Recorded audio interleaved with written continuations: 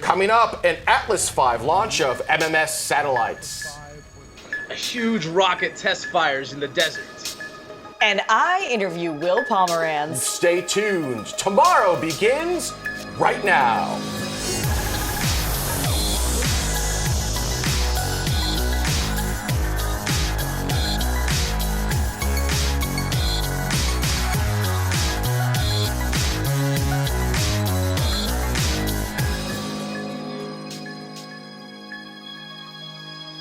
Welcome to Tomorrow. I am your host or co-host, Carrie Ann Higginbotham, and with me is Will Pomerantz. But before we get to him, because there is a lot to get to, trust me, I want to make sure that I give a huge shout out to our Tomorrow Premier members.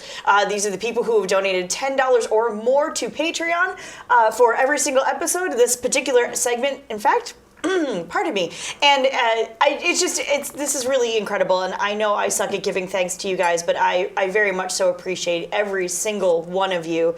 I also like Ben did a little premiere in a different font. That's very, very cool. We are a crowd-funded show mostly, and every single dollar helps. Every single penny helps is actually what I want to say there.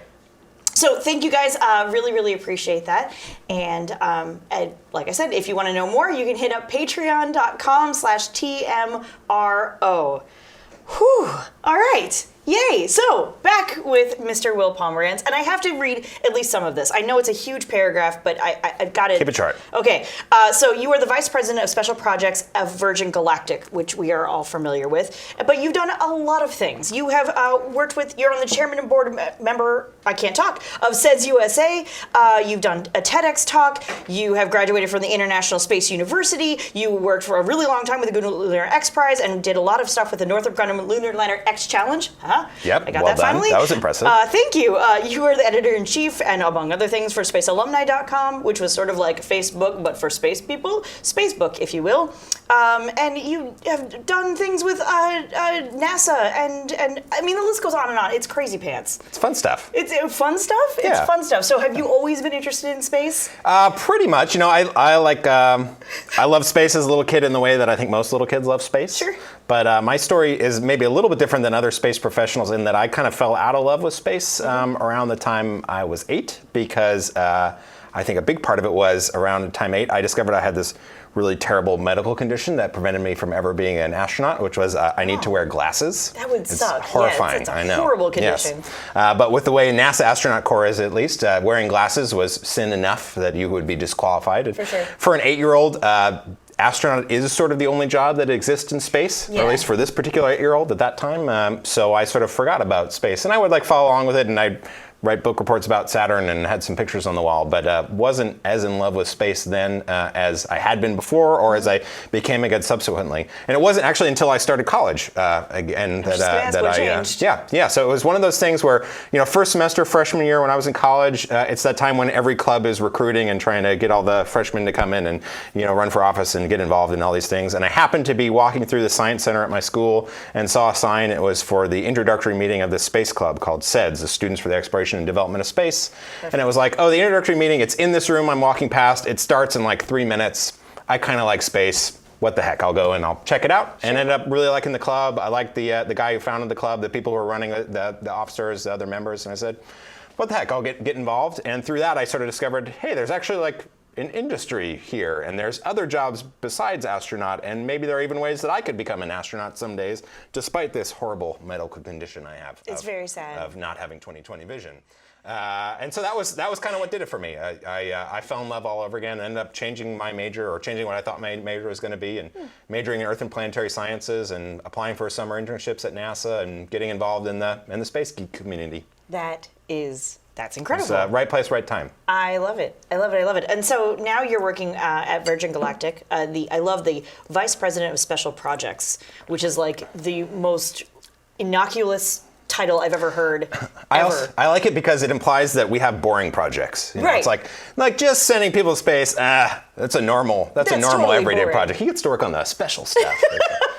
So, but you've done some work with LauncherOne, Yep. is my understanding. Yep. And Virgin Galactic just opened a new facility in Long Beach, California. That's is that correct. And just had an open house. Just had an open house last week. We've just wrapped up almost exactly a week ago, right around this time. Love it. It was pretty amazing. So we just opened a brand new facility. It's huge, at least by our standards, it's huge. It's a 150,000 square foot manufacturing facility. Nice. It's like got a few offices off in the corner, and it's mainly just shop floor where we're going to build lots and lots of rockets. Very cool. And we only have about 50 of the people that we're going to fill up that building with us. So Okay. we need to hire another 100 or so.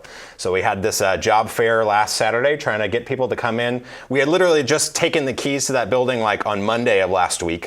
So the building was still empty, and that was on purpose. We wanted people to come in and say, hey, look, here's the space, here's our vision for what we want the space to do. We want you to help fill it up in the right way, in the right order. Nice. And I think people really resonated with that because we were expecting something like 1,000 people to show up, and we had something like 6,000 or 7,000 people show up for 50 to 100 jobs in the near term, which is really flattering and a great sign, great signs of support from the local community. We had the mayor come out, we had members of the city council, we had members of the state legislature, and even the U.S. congressman from the neighboring district came out excited that new jobs are coming to the area. But also, Long Beach has this really wonderful history of aviation. Our facility, if you look out of the window, you're looking at the plant where Boeing has built the C-17 for many years, and other aircraft before that. Douglas Aircraft's right around the corner. So they've seen that tradition and had a few question marks about, was it going to continue, and how is it changing? And that Boeing facility, specifically where they built the C-17, is about to close down, and a lot of jobs are going away.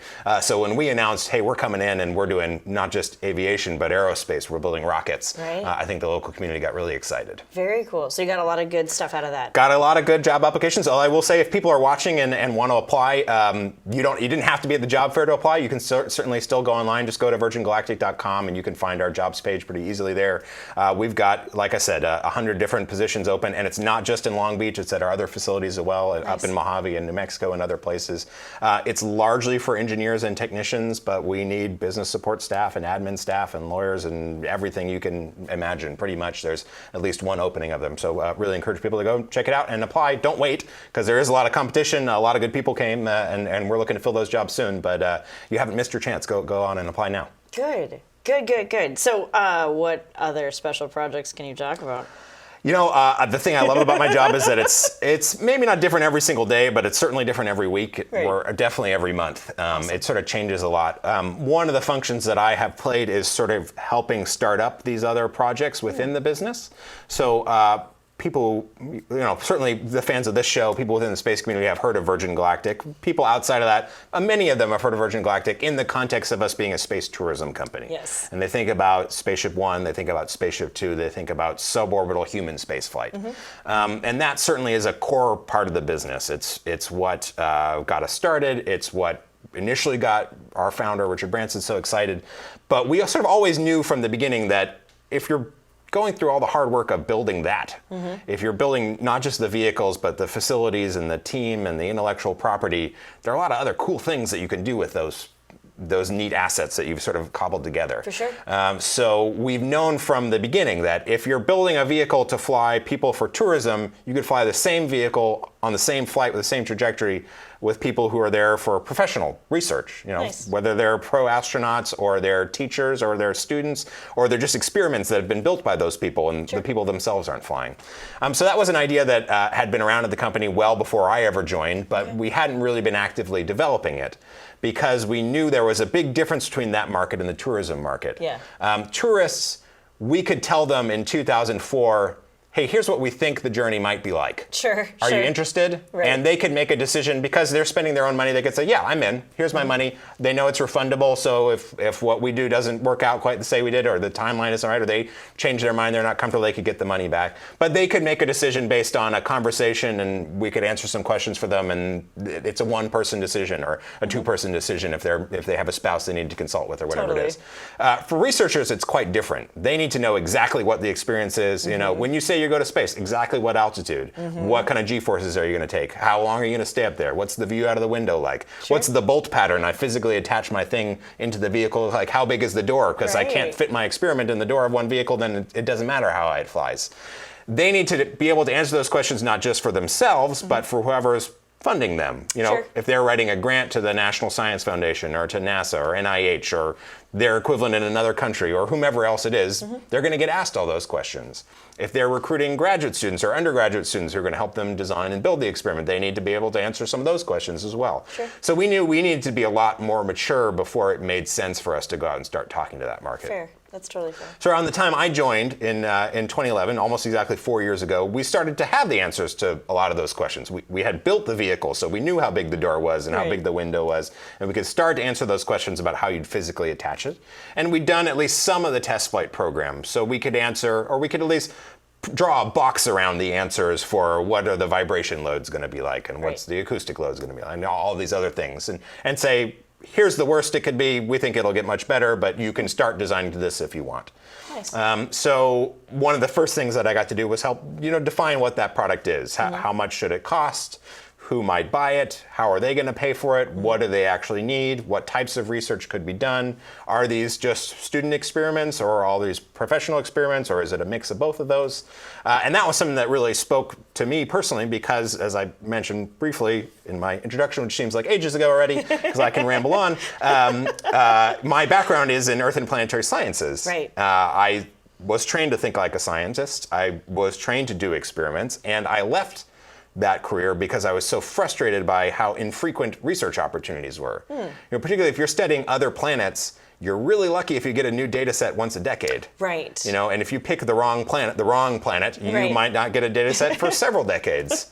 And I have the hugest admiration for people who are willing to stick it out through those long gaps, and whose brains are wired in a way that they can plan decades in advance. Right. And they can have the backup plan for what if that mission gets canceled or there's a malfunction in the launch vehicle or something else. How do I sustain my career with that? I certainly wasn't one of those people. I was. I need to try lots of things to see what works and what doesn't work, and iterate and Yes. keep doing that more rapidly in kind of more of almost a software type world than the traditional science world.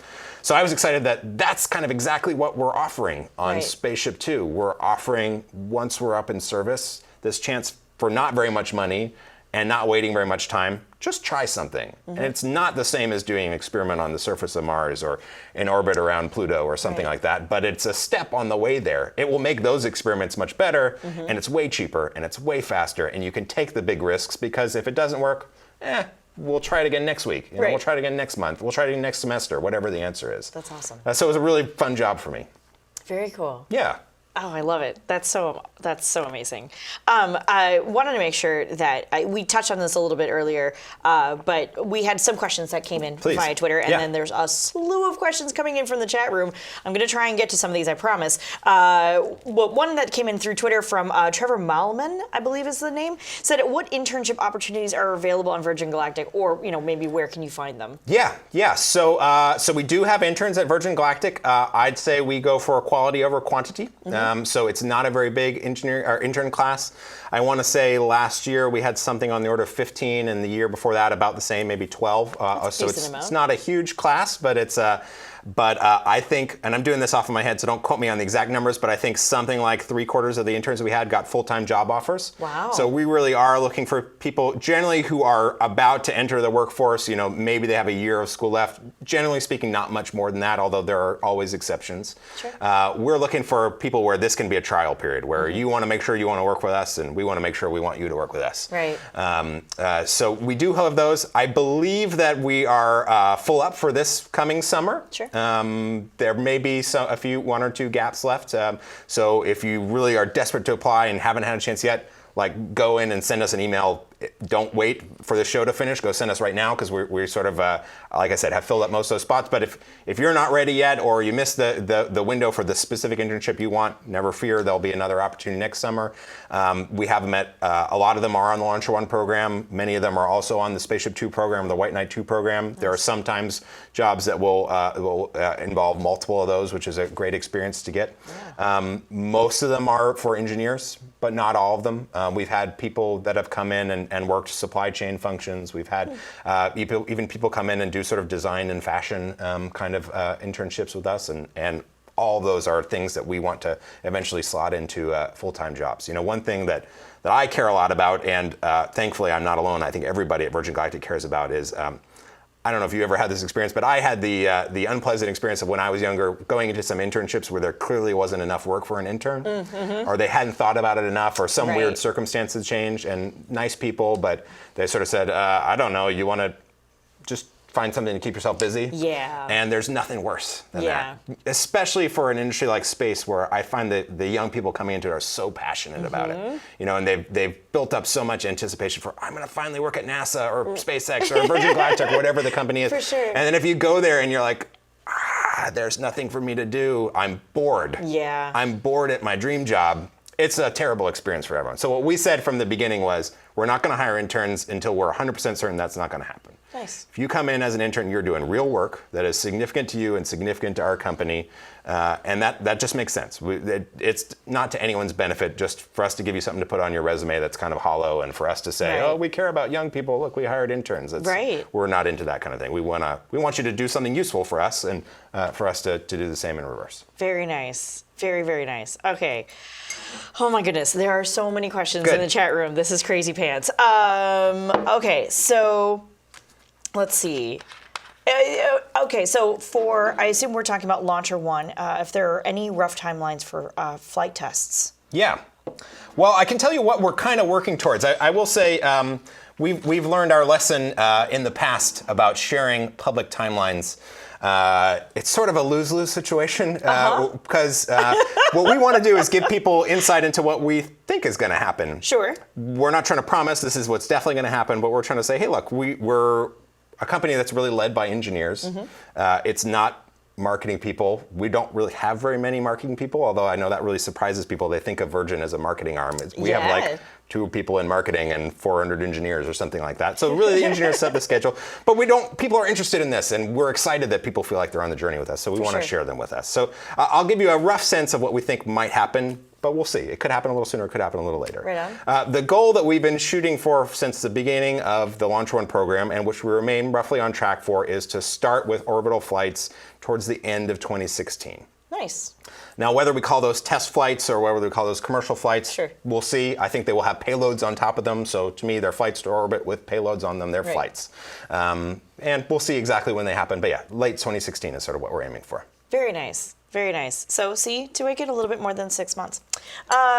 So let's see. So Twicked actually asked, again, because Twicked likes to ask a lot of questions, are there multiple fairing sizes or shapes for LauncherOne? Yeah, that's a good question. For right now, we're sort of in bulk planning towards a single fairing size, and I think we'll be revealing some more information about that in the not too distant future. There's some very, very rough stuff on the website now, and it's not inaccurate, but we want to give people a better understanding. But one of our goals with LauncherOne is to be extremely customer focused. So if you come in and you have a need for something else, and it is technically possible, then we'll make it happen. What we don't want to do is charge everyone the fee for paying for something that they don't care about, right? So if you're a customer and you only care about one fairing size, I don't want you to pay for the fairing that your neighbor needs. Yeah, for sure. So we're designing one that seems to work for a lot of people. Awesome. It sort of matches a lot of the existing standards. A lot of our customers are the kind of companies who have previously flown satellites into space as secondary payloads, as piggyback rides or hitchhikers on other rockets. And there are some existing standards for things like ESPA rings and other predefined standards like that, where people have said, hey, if you fit into this wedge, you can ride on our rocket as a hitchhiker. So we've said, well, okay, someone's defined this wedge. A lot of people build satellites that fit in that wedge. Let's build a fairing that covers that wedge pretty well. Right. So that seems to be working for a lot of the people that we're talking to already. But if there are others that haven't discussed that and are interested in flying a small satellite into space, then we can deal with that. Awesome. I was just reminded, I apologize, you guys, we didn't actually discuss what LauncherOne is. So you mean everyone doesn't know? Maybe let's back up. That is completely my bad on that one. So can you explain to us what LauncherOne is? Sure. So LauncherOne is our Virgin Galactic's dedicated launch vehicle for small satellites. So what we noticed was this really interesting trend in the satellite industry where people were starting to do really amazing things with small satellites. Small satellites, the first satellites were pretty small. Sputnik was sort of yay big, and Explorer was sort of We were yay, just talking yay about big. that last week, actually, yeah. And most satellites now are way bigger. They're like, bigger than the studio big. For sure. And correspondingly heavy, massive, correspondingly expensive. Which is weird, because if you think about any other type of electronics, how big it was in 1957 Right. and how big it is now, everything else, right, has gone the other direction. For sure. And I think that's one reason why, whereas in the late 50s, early 60s, computers were giant, heavy, expensive, so nobody owns them. Now they're tiny, cheap, practically disposable, and everyone owns 10. Right. Regardless of whether you live in the developing world or the developed world, pretty much everyone has a cell phone or something like it nowadays. That hasn't happened with satellites. It used to be a small number of countries launched them, and today a small number of countries launch them. Gotcha. It's grown a little bit, and now there are private companies that have satellites, but Sure. it hasn't had anywhere near this sort of exponential growth or explosion that we've seen in every other type of electronics. Interesting.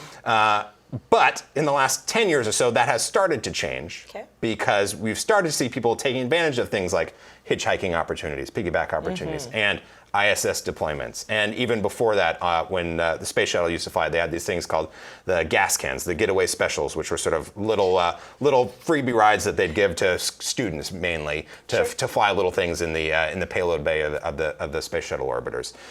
People started taking these small units and realizing, well, because every other type of electronics is miniaturizing, we can actually start to do some pretty impressive things with small satellites. Cool. And at first it was, well, let's just get some young people some experience in space, because even if you just build something that beeps when you're 23 or whatever, that's actually a meaningful way to cut your teeth on this and to make some of the dumb mistakes that everyone makes when they're just starting out, Right. so that you'll be better when you build the massive satellites.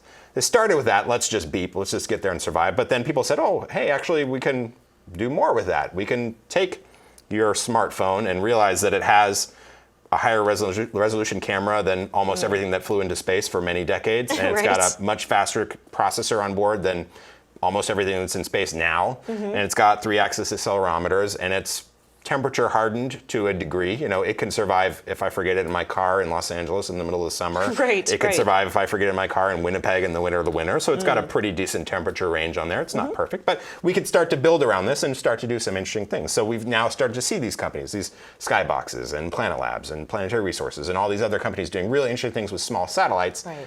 But yet the rockets were getting bigger and bigger and bigger. Even the interesting, disruptive, low-cost rockets. You have your Falcon 1 come on the market and prove that it can work and start to develop a market and then be retired in favor of a larger Falcon 9. Right. And then people start building to the Falcon 9, and now all of a sudden people say, oh, well, how about Falcon Heavy? Right. And I don't want to pick on them because I'm so glad that those rockets exist. They're awesome. But when you have satellites getting smaller and rockets getting bigger, that spells an opportunity for someone to come in and say, no, I'm playing in this realm. Right. I want to fly the small satellites. Right. So that's what we're doing with LauncherOne. Gotcha. We're aiming for our rocket to be the lowest total cost rocket on the market, period. I think we will definitely be the lowest total cost in the United States. We'll see if we can get lowest total cost in the world. It's really hard to figure out what some rockets in other countries actually cost. Yeah, they're not really forthright with all It's the not information super all the forthright, time. and what counts and what's included in the price and what is included. Right. It's difficult to say. So we'll see. But we want to keep it a really, really low price, so that if you are a country that's never flown a satellite and you can't even begin to dream of buying an Ariane 5 and a giant satellite from SES Global or something like that, Sure. maybe you can think about building your own and buying a LauncherOne flight, or buying one from one of these many now manufacturers of smaller satellites. Whether small for you means a CubeSat, 10 centimeters to a Right. cube, or it means something the size of this table that weighs 200 kilograms. Sure. All those sort of fall in my definition of small. Right. We want to be your ride to space, Nice. because often hitchhiking isn't good enough. Okay. Hitchhiking is fine if you still are in that realm of, I just want to get it up there and show that it works. Right, I okay. want to demonstrate my basic technology works, or I want to grow a workforce and get them some training. Right. If that's true, you don't really care what launch site you fly from. You don't really care what orbit you go to. You don't care exactly when you launch. Like maybe you want to go sooner rather than later, but you don't have a Right. launch window of, I need to launch between 12:18 and 12:19 and 24 seconds or the mission doesn't work. Right. So if that's what you want, Cool. hitchhiking's fine, right? And hitchhiking's cheap because someone else is paying for the ride. It's just like hitchhiking on Earth, right? You maybe chip in for gas Right. and conversation, but that's about it. Right. But just like hitchhiking on Earth, if you go out and hitchhike on Earth, and kids don't hitchhike without your parents' permission, or whatever disclaimers are needed, right. the Not producers of suggested here. tomorrow, the Right. views expressed here do not. If you're hitchhiking on Earth, you don't get to pick exactly what route you take, or exactly when you get dropped Right. off, or what music is playing in the car, or all these other things. If those are important to you, you need to get your own car or call an Uber. Right. Something like that. So we're trying to be more like that model. Gotcha. Where without paying much more, if any more, than you were paying to hitchhike, now you're the driver of the car. Gotcha. You're picking the launch site. You're picking the launch window. You're picking the launch orbit. And that's really important if you're trying to build a constellation. It's really important if you're trying to build a business case. Yeah, totally. When you're going out, you're pitching an investor and you say, I have this awesome satellite technology, I have the coolest camera, no one's ever done this, it's my secret squirrel stuff, and no one else is going to compete on this.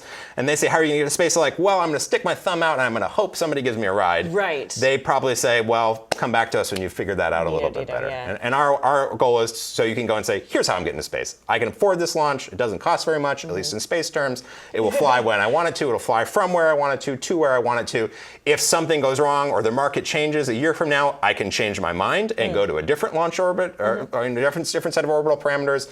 I can launch more of them at this point in time and then less of them at this other point. I can be responsive if we have on-orbit failures. If we discover there's a flaw in our design and we need to launch a whole new generation of satellites to replace a faulty motherboard or whatever it is, you now start to have all these options that just don't exist. Right. So that's a very long-winded explanation for why we're doing LauncherOne. No, that's great. But hopefully that helps. Do you see a time where some of these people will have their own hitchhikers to what previously would be hitchhiking satellites? It will happen. I think what will mainly happen is we will have, so we are building for sort of the hundreds of pounds class. Sure. So like our max capability for flying to a relatively low altitude, relatively low inclination orbit is about 500 pounds or 225 kilograms. Sure. Somewhere in that range. It kind of depends on the specifics of what exactly you need, but ballpark at that. Some of our customers are like, perfect, our satellite was 224 kilograms, so that just barely works. Right. Others of our customers are saying, well, my satellite's worth 3 kilograms. Right. So many of them will say, okay, well, I'll launch 70 of them at a time, and that's useful to me, and they don't cost me very much, and that's fine. And I needed to launch 1,000 of them anyway, so launching them 70 at a time is still a lot better than launching them 1,000 at a time on a bigger rocket. Right. Others of them will say, my satellites launch are 3 kilograms, and I don't want to launch 70. I really only launch 25 because that's sort of what makes sense for me. I want 25 in the same orbital plane. It costs too much in terms of energy to transfer them orbits once they're already in space. So they'll then say, okay, I'll buy a half a rocket or a third of a rocket or a quarter of a rocket. So in fact, one of the customers that we're already working with is a company called Spaceflight Services, or I think it just changed names now, Spaceflight Industries. And they are essentially a packager of secondary launch opportunities. And they've gone out and they've bought slots, not just on LauncherOne, but also on Falcon 9 and on Antares and on the PSLV and on Soyuz and lots of other rockets.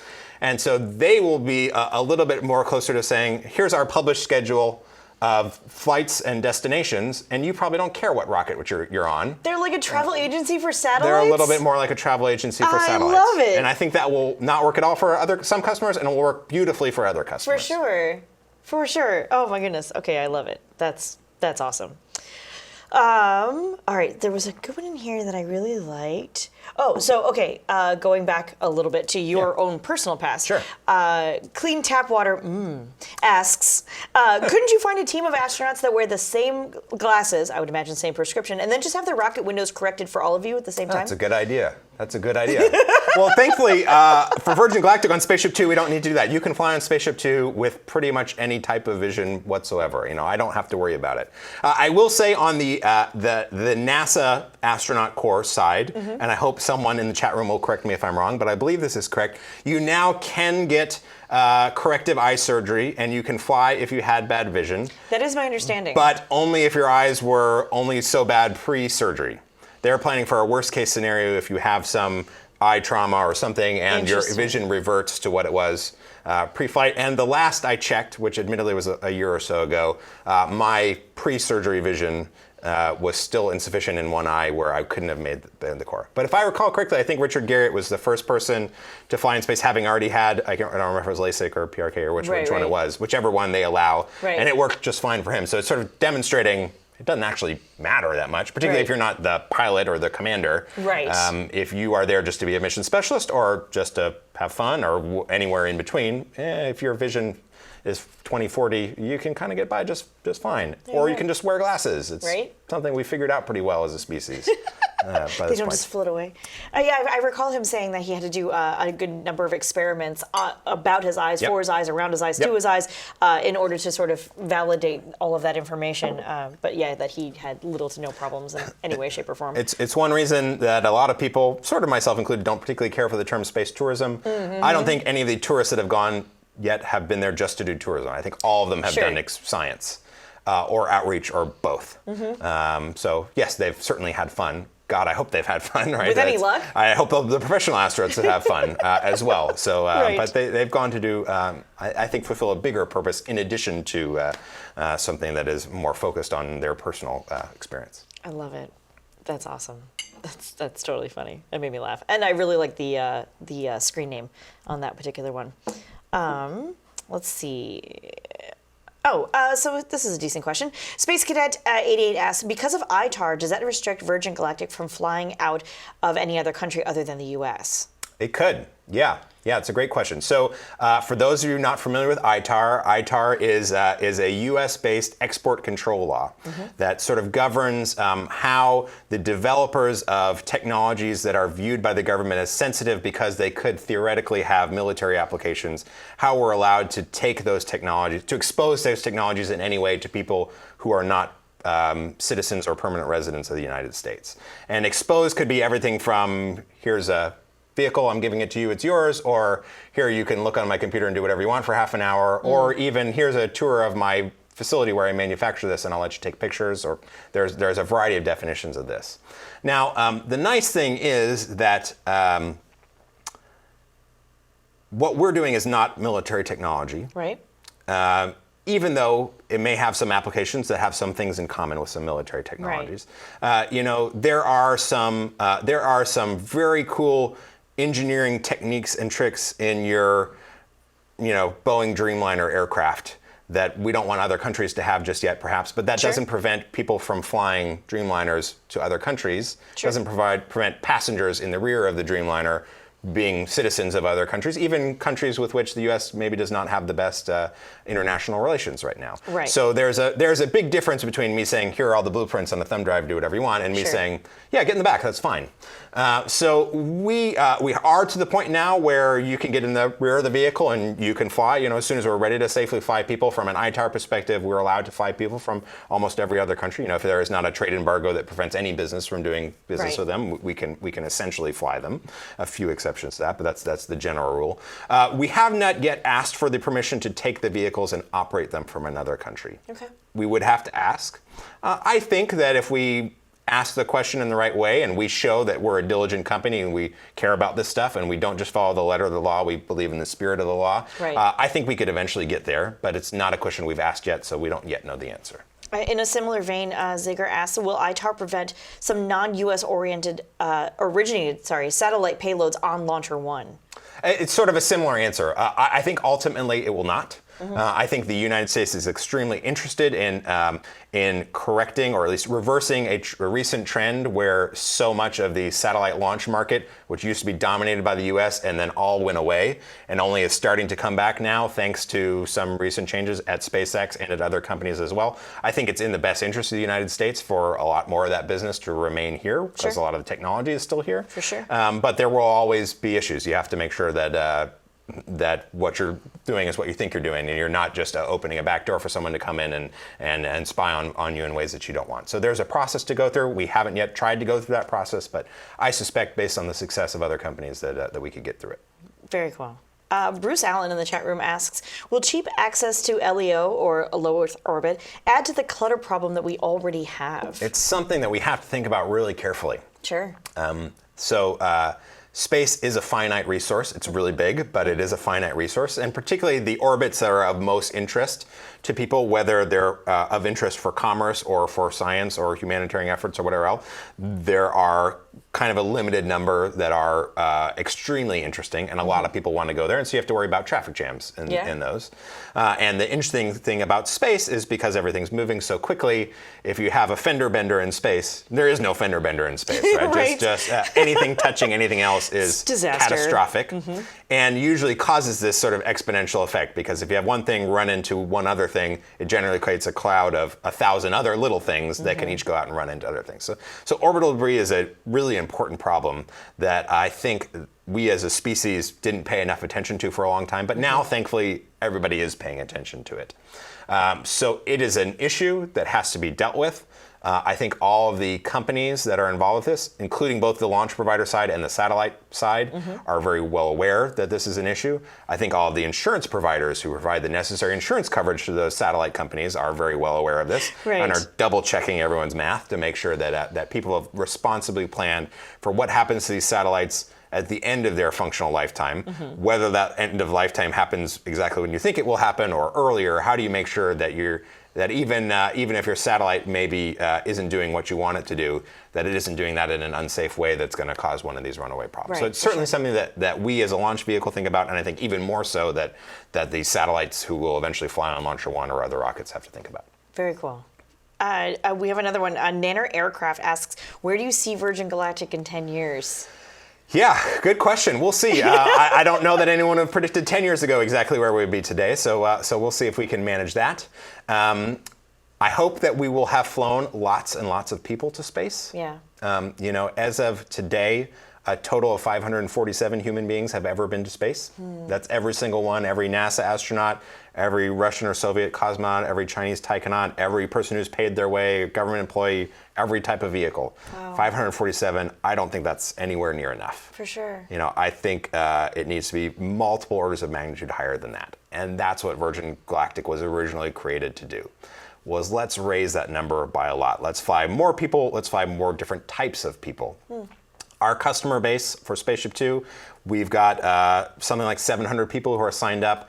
They come from about 55 or 60 different countries. Something like 35 of those countries have never sent a human being into space before. Wow. We've got something like another dozen or 2 dozen that will be the first woman from their nation. Their nation has flown a male but never flown a female. I get really excited about what happens when those people go back to their countries and they get to tell everyone about it. Because I recognize how fortunate I was that young in my life, whether it was before I was 8 or after I was in college, I got to meet astronauts. And they were astronauts who looked like me and spoke my language, and I could understand their cultural references, and I could picture myself being them. Sure. And I know that had an impact on me on what classes I took and how hard I studied in which classes and what summer internships I took and what career path I wanted to take. And this is not an option for a huge percentage of the Earth's population. There is no astronaut who has ever looked like them, who has ever spoken their language or practiced their religion or their profession or anything else. So I'm really excited about those 700 people who are just our really earliest adopter, initial customer set, all getting their chance after waiting very patiently for a long time to fly into space and to go back and to tell, to go into the middle school in their community and say, hey, look, I did it, you can do it too. Maybe you don't want to fly a person, maybe you want to build a satellite, maybe you want to build an experiment. All these things are possible. Maybe you want to do genetics, maybe it's something totally different, but it changes your perspective about what can be done for someone of your background. So I think in 10 years, we will have well more than doubled that number. Hopefully lots more than that, but we'll see. And I think we will have helped play an important part in this small satellite revolution, where the big satellites aren't going away, nor should they. There are amazing things that can only be done with big satellites, so we don't want to replace big rockets, we don't want to replace big satellites, but I think there's a different set of amazing things that can only happen with inexpensive orbital flights on something like LauncherOne. So I would hope that we've helped a lot of those companies grow from a neat business plan and a cool technology demonstration into something where you can go and you can buy the images on your smartphone, or they're just preloaded on your smartphone, or you can use it to help whatever business you run. If you're trying to get images from one side of the world to another via satellite backlog, or you're trying to plan your shipping fleet or whatever else, where you have all this data accessible to you from small, inexpensive satellites, because that means small, inexpensive data for you as an end customer. Very nice. What else are you excited about? You do all of this stuff. Well, you can probably tell. I'm excited about everything. I mean, I'm easily excitable about all things space. I will say, if I take off my Virgin Galactic cap and I put on my SEDS cap, so I mentioned SEDS is sort of what put me back on this path to joining space. Students for the Exploration and Development of Space. It's what helped me realize, hey, students can explore and develop space. It's right there in the name. I don't even have to go to the meeting, frankly. I owe a lot to that organization, among others, and have remained pretty involved in it. I'm still on the board and have the honor of getting to advise a lot of students there. And so I get to speak to a lot of young people who are just entering the industry or just preparing to enter the industry in a year or two. And as young people do, they sometimes have a little bit of trepidation about what's the right career path for me. And for sure. What choice should I make and which way should I go? And the thing that I try to impress upon them as resident old geezer in these things is it's so awesome that they have a choice. Right. There's not just a space program anymore. Right. There's 1,000 different space programs. Because it used to be, if you wanted to work in space, you sort of had this choice. Do you want to do human spaceflight or robotic spaceflight? And then maybe you had a secondary choice. If you chose robotic spaceflight, do you want to do military applications or civil applications? And those were your choices. Now you can choose so many different things. You can choose different destinations. You can do just different types of company. You can choose different sizes of companies. You can choose different locations. You can choose different management styles. You can start your own company. You could work at I know people through SEDS who have like, oh, I just started a Kickstarter campaign and I raised $100,000 and now I'm just going to build my own satellites. Wow. Because that seems much cooler than going and being employee number 10,001 at some big aerospace company and working on a widget. Sure. Other people are very happy to go and do the latter. So it's awesome. I know where I lie on that spectrum, which things are most interesting for me. Right. And I have met other students just as smart, if not way smarter than I am, who fall in a very different place and would be totally unhappy at the jobs that would make me happy and vice versa. Right. I think it's awesome that all those things exist now. So it kind of gets back to one of our earliest questions about internships. Internships are such a good way for young people to figure out what type of company do I like? Do I want to work at a company that's about 50 people or about 500 people or about 5,000 people or about 50,000 people? Because those experiences are way different. Yeah, totally different. And chances are there's one of them that you really hate. Yeah, probably. And it's much better to figure out you hate it on a 3-month internship than when you've just moved across country and accepted a job offer and you sort of hitch your boat to that wagon or something like that. So I think that that's the exciting thing, because when you have all these choices, interesting things happen. Not all of them will succeed. Some of these companies will be forgotten about in 2 years, much less 10 years. Sure. But other ones that we've never heard of will be born out of those failures, because people will be frustrated by some things and say, well, damn it, I'm going to go and do this other thing because I can't believe that my first job got this wrong. It's so easy, I'm just going to go do it. Sure. And those sort of moments of frustration are the moments of opportunity that will hopefully allow the things that are impossible for any of us to foresee 10 years in advance to be the things that seem so obvious in retrospect a decade from now. That's awesome. Awesome. Oh my goodness. Okay, it is so good talking to you. Fired up? Yes. All right. Yeah, I totally am. Right? I'm just gonna go and build my own. No, I'm not. I'm not gonna build satellites. I can't do that. But so thank you. This has been amazing. And you're gonna be joining us for After Dark. Of course, I wouldn't miss it. Perfect. All right. So when we come back, because we're gonna take a short break, Ben will be joining me, of course. Well, actually, I will be joining Ben, I think, at that point. And we're gonna be doing some space news and then some questions from the community from last week's show. So stay tuned. Look into her face, determination in her eyes. She won't give up or quit or fall for little fashion lies. Filled with awesome expectation, this girl's a fascination. And nothing in her way will keep her from her destination. 'Cause she's fire walking, she's fire walking. When it's hot, she keeps on moving, through the heat keeps on improving. Yeah, she's fire walking, she's fire walking to be free.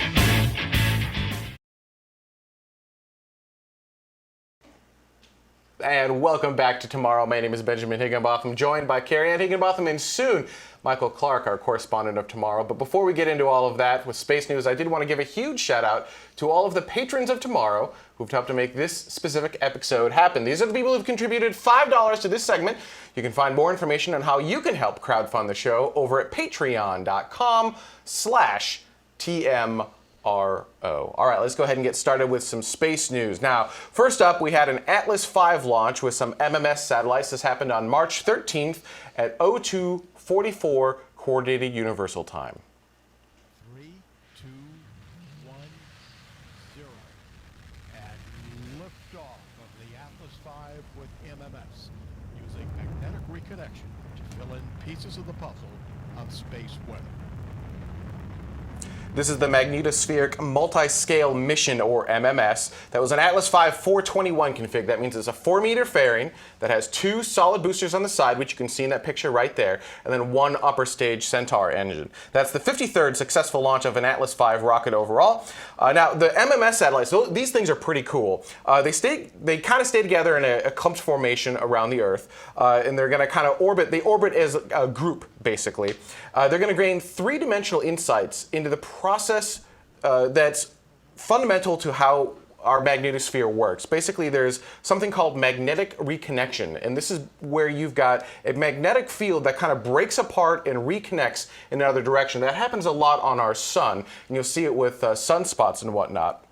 As part of why we have magnetic storms, why we have aurora borealis, why we have solar flares, and this is going to do a lot more in-depth research onto that. It's going to be kind of sitting in the Earth's magnetosphere to help kind of study that and figure out why this process happens. There's a ton of energy released, just tons of energy released whenever this happens. And up until now, we've kind of actually, as Will Pomerantz mentioned earlier, you get like little bursts of data. Up until now, we've only got little bursts of data very far apart from each other. Now we'll have this continuous stream of data that we'll actually be able to analyze.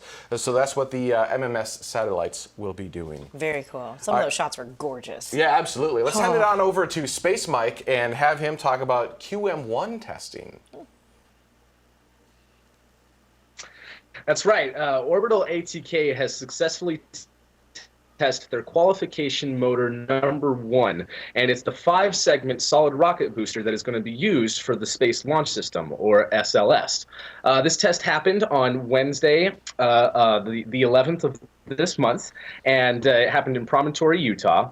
And they have already done 3 tests of this 5-segment before, and those were the demonstration missions. And on those different flights, they were able to detect certain manufacturing errors that they were able to correct in the future with this qualification test. This qualification test is one of 2 tests that are going to be needed to demonstrate that this 5-segment solid rocket booster will be able to deliver the performance and the amount of thrust that they are planning for the different configurations of the Space Launch System in the future.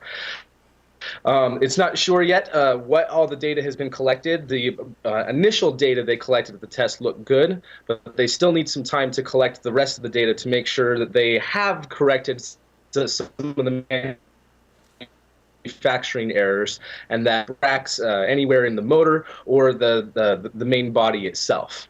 So very, very successful test, and congratulations to everyone over at Orbital ATK for doing this. Absolutely. Back to you guys, Ben and Carrie-Ann. That also incredible footage, totally crazy. So Rosetta is listening for signs of life from the Philae lander. The Philae lander, as you may or may not recall, is a lander that landed on a comet, which was very, very cool. And 67P. yes, 67P. And when it landed, it kind of did some bouncing around. We didn't get a good footing right at first. And that was this past November. So in any case, when it did finally land, it landed in near or possibly complete darkness, depending on the time of day that it is. But the deal is that it needs 19 watts for at least two-way communication with Rosetta. And it needs only 5.5 watts to keep the internal temperature at a negative 45 Celsius or negative 49 Fahrenheit to listen to signals from Rosetta. So Rosetta's trying to ping Philae, and we're not even sure that it's reaching or that it's being received, I suppose is what we're trying to say. So we're not sure if it's awake. We can keep trying until March 20th, and then we kind of have a weird window where we are not able to even really try. And then we can try again starting in April. We know for sure that the best chance of getting some sort of signal through and having having Philae answer is right around August, when the comet is going to be much closer to the sun. So it'll get a lot of warmth, so it can heat up naturally. It'll also get a lot of sun, obviously, from the solar panels, so that'll be very cool. And Philae is really cool because it also sent back some of the first pictures from a comet. about 16 megabytes worth of data over 2 days, which is about 90% of the data expected upon initial operation. So this is a very, very cool lander doing some really, really cool science, and hopefully it's still alive. Yeah, and speaking of still Johnny alive, Five. Johnny Five, still alive. Yes. Speaking of still alive, Curiosity, the Mars Science Laboratory sitting on Mars right now, had a little bit of a short circuit. We reported about that last week. Well, Curiosity's healthy again. Yay. For the most part, they've transferred the powder rock sample that was stuck, that actually got transferred over on Wednesday, March 11th. Then it has now driven about 10 meters towards the southwest on March 12th, and it's been kind of working on those science missions ever since. It had been stationary since February 27th or so, and that's all due to that short circuit that it had experienced. Now that happened, they think at least, based on the some of the analysis that they've done on the there was the part of the drilling hammer, basically where they hammer into the Martian surface. That hammer, something was kind of messed up with that. So they think that that's possibly the case there. We're not entirely sure what's going to happen when we reactivate that again, but at least Curiosity's back on the move again. Moving forward, doing science, full speed for full science. Wow, so curious, as they say. So curious. Okay. Absolutely. Let's hand it back on over to Space Mike for the CRS-2 proposal from Lockheed Martin. Yes, Lockheed Martin has released their proposal for the CRS-2, or Commercial Resupply Services contract. Currently, SpaceX and Orbital ATK are the current contractors for the CRS missions, but that contract is going to be ending in the next couple of years, although they have had a few extensions. And so for the second contract, there are several companies, and with Lockheed Martin's proposal, they want to have the service module be based off of their successful satellite bus that was also built for the Maven spacecraft, which is currently in orbit around Mars. And they would also have a pressurized and unpressurized section to be able to accommodate both types of payloads to the International Space Station. It also features a robotic arm that's going to be built by Canada's MDA. And in the footage that you can see here for this graphic animation, their plan is to launch the pressurized and unpressurized modules, some with and some without the service modules, and have a Centaur stage that would be able to either take them to different destinations or to be able to have controlled re-entries into the Earth's atmosphere to burn up any sort of return trash or anything like that that's coming from the space station. And the pressurized module is going to be built by Europe's Thales Alenia Space, who also builds the pressurized section for the Cygnus capsule, which is Orbital ATK's cargo vessel, and for the ATV, Europe's automated transfer vehicle, which is also sending cargo. And they also built several of the International Space Station's habitable modules as well. So lots of experience there in that regard. So very cool, and we'll see what competition comes up with from the different companies that are also looking to get CRS-2. Awesome. So, for those of you who are still interested in astronomy, because we had Jared Head on last week. Well, we'll be bringing him back in the future as well. We're going to do some more regular astronomy segments on the show. Yeah, exactly. But in the interim, there's going to be a total eclipse, a total solar eclipse on March 20th. This particular eclipse is going to hit pretty much all of Europe, northern part of African continent, North Central Asia and Middle East, and they'll have a really great view of all of this kind of going on. I do want to point you for sure to the universetoday.com has a great article with a lot of resources, including a Kickstarter to actually support a veteran eclipse chaser who's going to be in the Arctic. That's going to be flipping amazing. There's going to be 4 eclipses total this year, but this is one of the first, so welcome to eclipse season, as it were. Eclipse Eye? Yeah. Yeah. The Faroe and Svalbard Islands are going to be your best bet for total eclipse viewing while on land, assuming you don't want to be hanging out in the water. During this particular eclipse is actually during one of the closest pedigrees that the moon has to Earth at 557,583 kilometers, and the longest time period that you'll be able to see the eclipse is about 2 minutes and 47 seconds, which is actually quite long, really. And southern Spain, as of note, at least right now, may have a chance to see the International Space Station transit during part of the eclipse. Oh, that would be awesome! That would be totally awesome. Totally amazing. So there's like I don't know, do I want to be in complete darkness or do I want to see the International Space Station transit? So those are your options. Ready, go. All right. Before we go to break, this is an area we don't normally talk about, and this is amateur astronomy, amateur rocketry. But it's an area it's a gateway science. I don't know what to call it. It's a gateway drug to get you interested into rocket science. Well, normally amateur rocketry is smaller units, maybe that, but typically smaller. That's what you think of. Check this out. This is a 1-to-1 scale of a V2 rocket that has actually flown as of earlier today, March 14th at 4:46 Coordinated Universal Time. Check that out. Holy crap. I know, right? This is the Rocketry Victoria in Australia. It is the world's largest amateur rocket. It's 14.04 meters high. The mass at liftoff was 280 kilograms, and it was recoverable. Check that out. They actually recovered a good chunk of the rocket, it looks like, as well. You can see in the bottom of the screen, there's a Facebook account, which is where I got most of those pictures from, and a Twitter account. You can actually follow. They're like in the middle of nowhere, as most rocketry is. So their bandwidth is limited, so they're having a hard time actually getting stuff done, but at least uploaded. But check those out. You'll be able to see more images as they post them. All right, we're going to take a quick break. When we come back, comments from last week's show. Stay with us. We'll be right back.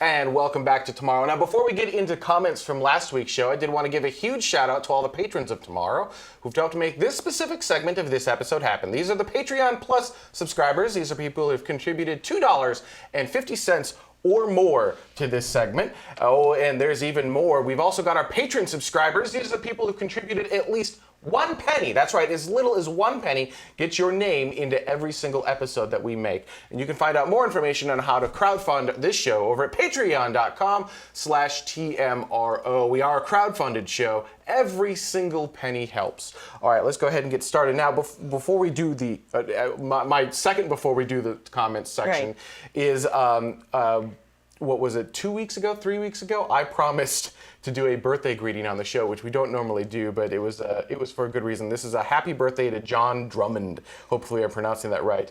But that's back on February 24th. So a happy belated birthday, and thank you for being an avid watcher of the show. That's from, I believe that's your wife, Jane. So isn't that adorable? Let's hope it's the wife. Let's move. Kidding. John. They're like, you know what? He didn't wish us happy birthday when we said, so we're never watching again. All right. Let's get started with our first comment.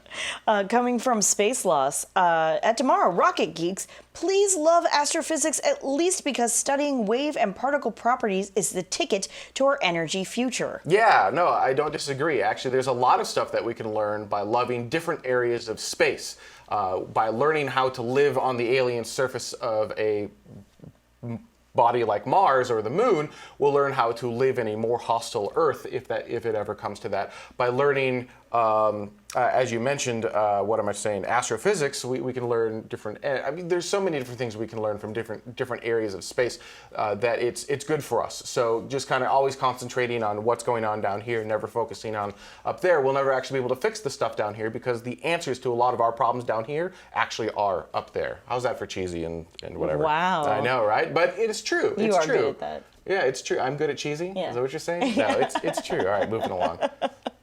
Okay, this one comes from Van Damantin. I don't know how to pronounce that. From Ganondorf?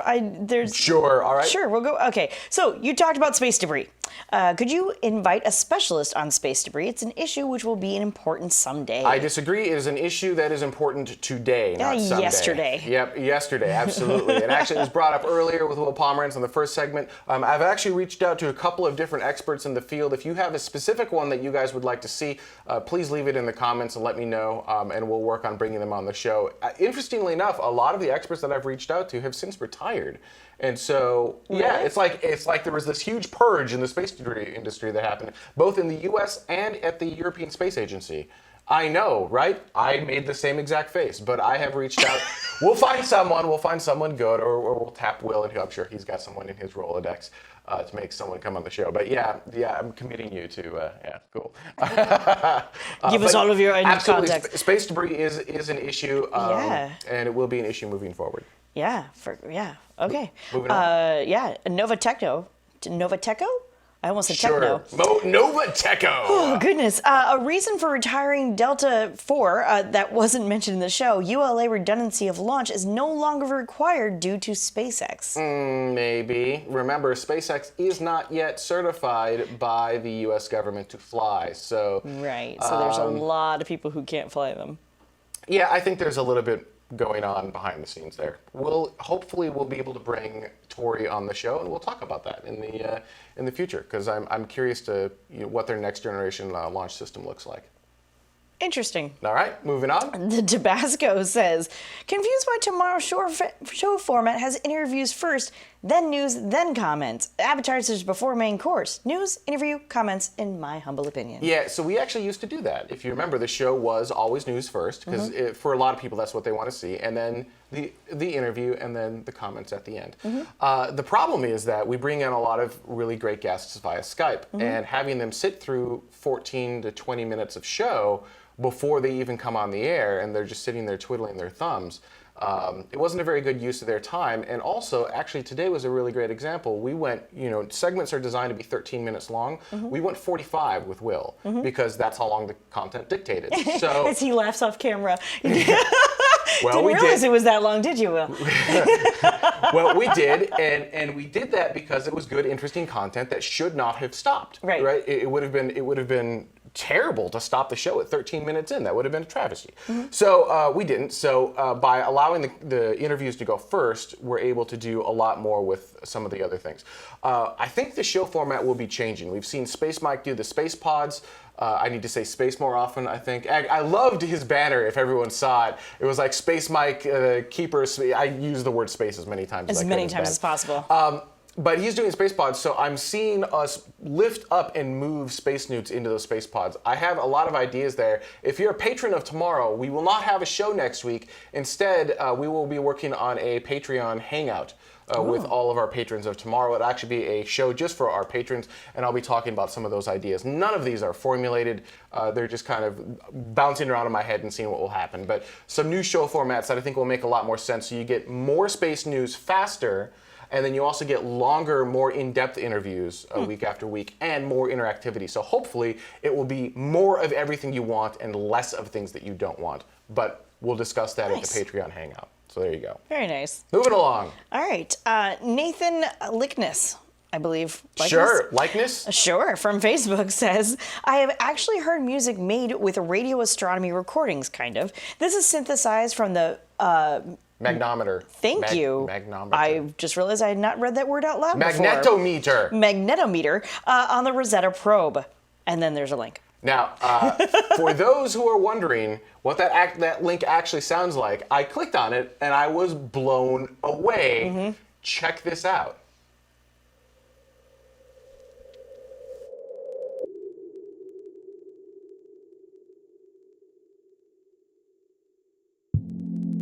Well, I never had a reason, and I never had the freedom. I think I fell for the day-to-day. Now I'm looking for a moment. All right, that's all you get. You get no more. That's all you get. If you want more information, head on over to that Patreon banner you saw at the bottom of the screen. I thought that was absolutely incredible music, and it gave me the idea that I think for season 9 or season 10, I want our theme music to change, and I want it to move into something that is completely made by sounds from outer space. Sounds of planets, from radio astronomy, from launches, just sounds from space. Definitely bands from Jupiter. Bands. I want bands from Jupiter to make it. The big red. All right, moving along. Oh, goodness. Destructor1701 on Reddit had a ridiculously long comment. Yes. Ridiculously long. But we were able to mold it down Yes. into this like one sentence. Yes. So, the how. That was backwards. Yep. The how is important, but only useful to people who already get the why. So it's the why that needs communicating first to answer statements like the tweet from Doug Ellison featured at the top of the show. Absolutely, and I think that... And this is talking about astronomy, particularly. and I'm going to extend that to all of stuff. Okay, right? sure. We in this show, and I think a lot of us space geeks get so caught up in the how that we sometimes forget to talk about the why. Right. And what does it impact and why is this stuff important? Sure. So we can talk about how many gigawatts something has, Right. 1.21 gigawatts. Right. But we don't talk about why we're sending these spacecraft up to space, why we're sending payload in, why are all of these things happening? And astronomy is another one of those things. I think Jared did a great job on the show, but I don't think we did, and that's my bad as the interviewer, for not pulling more why questions out of him. But yeah, we should have covered why more. And we will work on that moving forward in the future. And with Jared as well. We'll bring him back for more astronomy stuff, hopefully in a recurring segment. Yeah. Again, more information on that on our Patreon Hangout. Ooh. All right, moving along. Will B from YouTube says, I got a content suggestion. Space history segments, specifically the insanity that was Project Orion in 1959. I can point you towards books and declassified papers if you're interested. You probably find most of them on Google in about 10 minutes, though. Yeah, actually, that's another segment we want to do.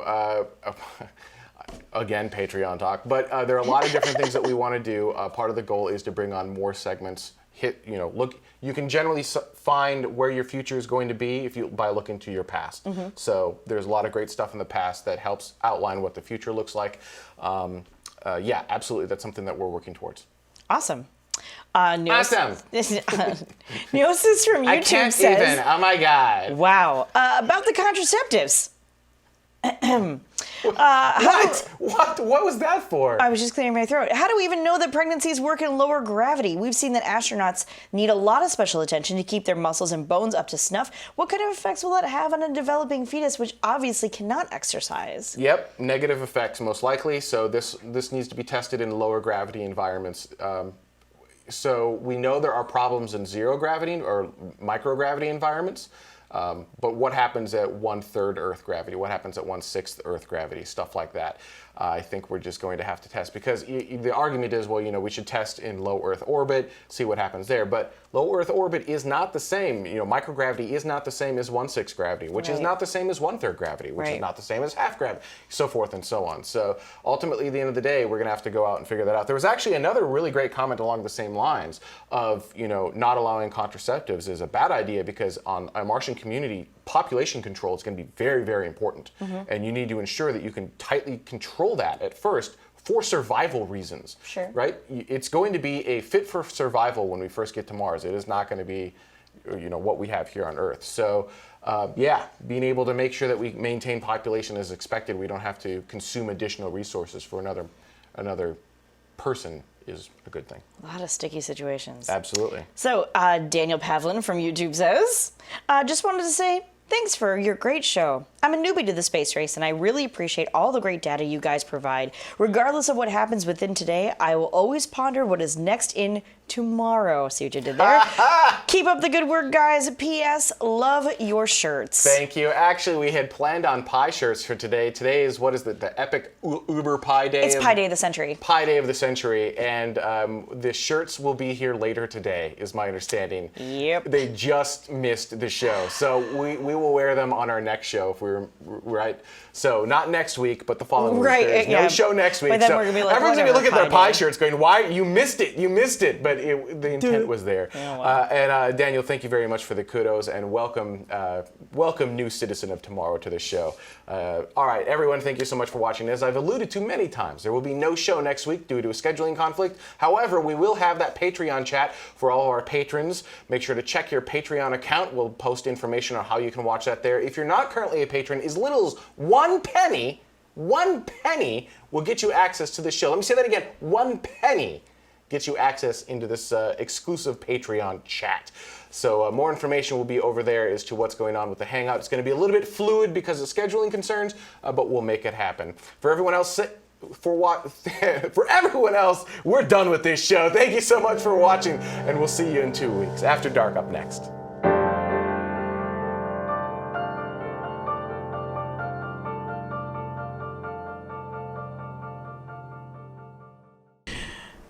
Welcome to tomorrow. I am your host, Carrie Ann Higginbotham.